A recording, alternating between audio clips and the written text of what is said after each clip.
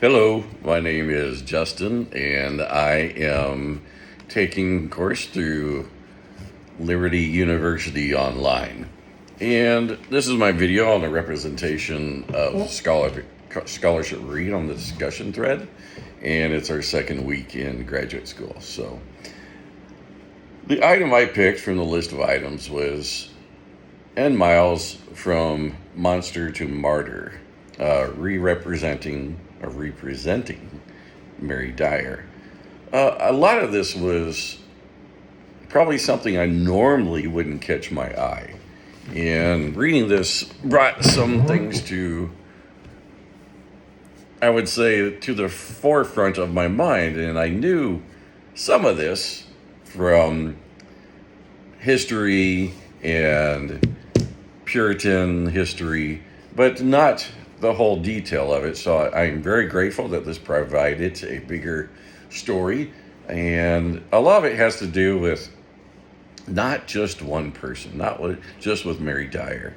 Mary Dyer is basically, using a cliche, is attached to the hip of Anne Hutchinson.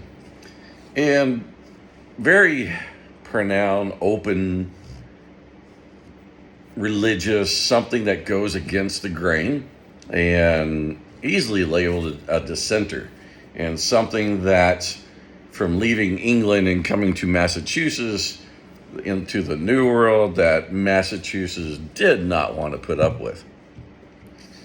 And it wasn't just that her alone, or the two, and creating a growing following and growing believers within Massachusetts, causing this disruption. I think the case would have been somewhat different if it was a male doing this.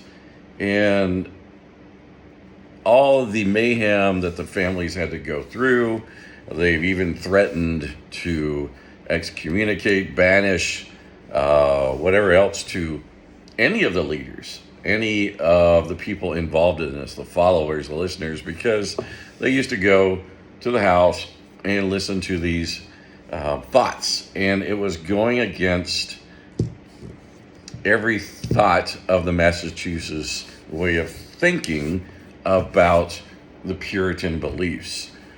Basically, it was a felt of threat and fear, the loss of control.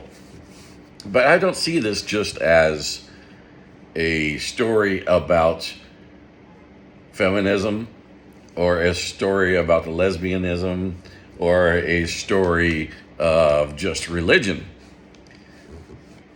I'm more tied it to know the story. You need to go a little bit further and find out about Anne Hutchinson herself.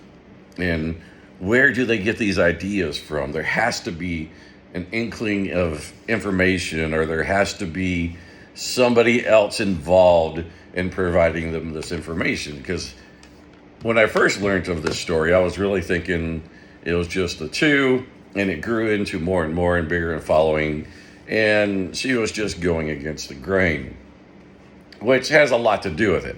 But she comes from, her father was Francis Marbury, and a huge minister in England that has been imprisoned many times for his outspokenness against the Church of England, and the way of his thinking, and the way of thinking, how it should be, that it should be more religious based and not monarchy, and not state based. It needs to be a lot more open.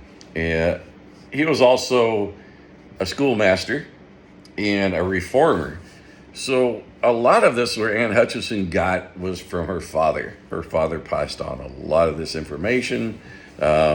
She believed in it wholeheartedly, took it in, and tried to implant this information in Massachusetts. Some say she didn't do such an effective thing, but as time goes by, like planting the seed, she did plant her seed, and it did result in one of their deaths for their beliefs and the continuing of coming back to Massachusetts and switching from Puritan to Quaker and eventually getting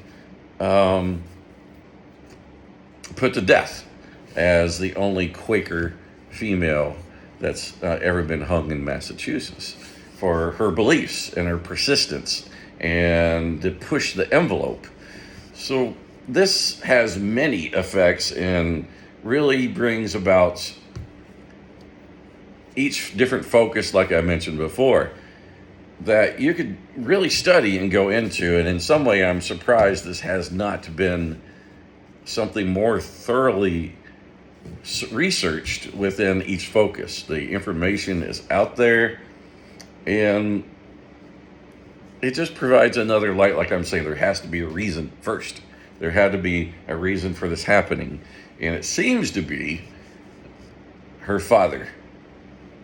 And that just opened up another whole light to the story to me. So I hope you enjoy this. This has been a very interesting read for me.